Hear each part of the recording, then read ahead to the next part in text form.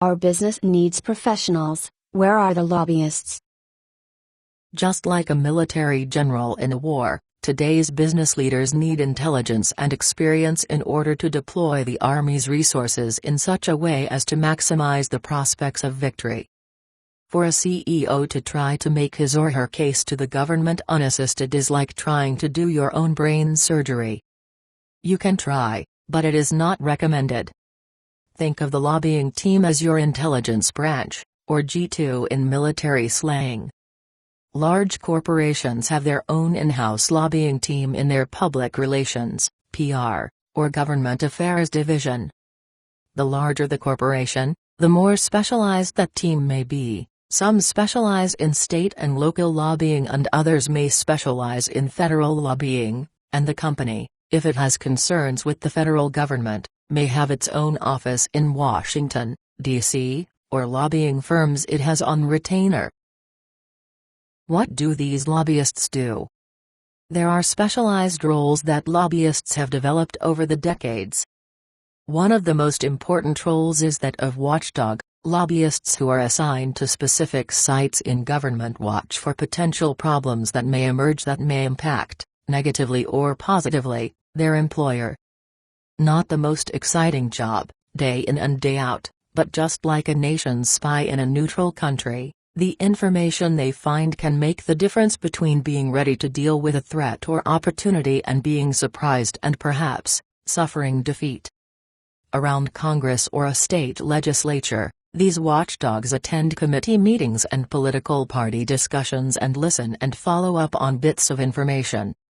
It is important that these watchdogs know the vital interests of the company so they can understand when something that may sound quite disassociated really might be important down the road.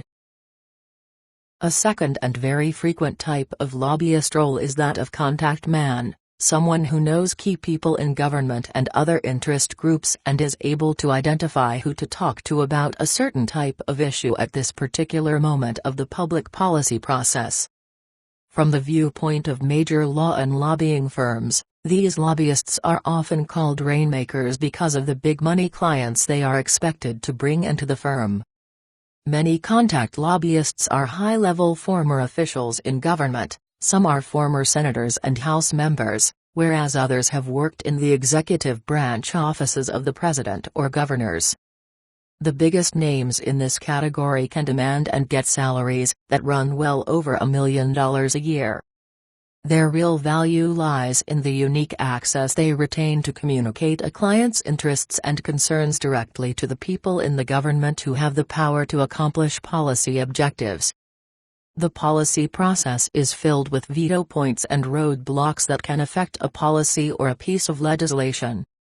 The policy process is also filled with many actors who can assist or hinder one's interests in many different ways, many of them hidden behind the scenes and nearly invisible to even the decision-makers in the process. Government at all levels, but especially at the federal and state levels, has gotten just too complicated, and the people who understand that the best are often the lobbyists who specialize in the very narrow and complex pieces of the process. A third role for lobbyists is that of the persuader.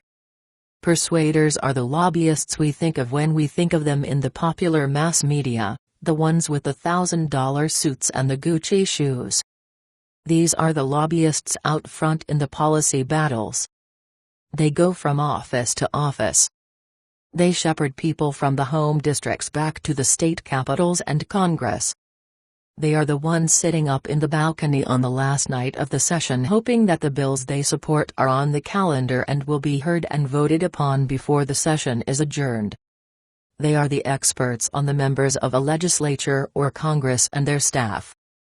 They know who your friends and enemies are, who needs campaign funds in the next election, what arguments and facts will be effective, and who is persuadable and who isn't.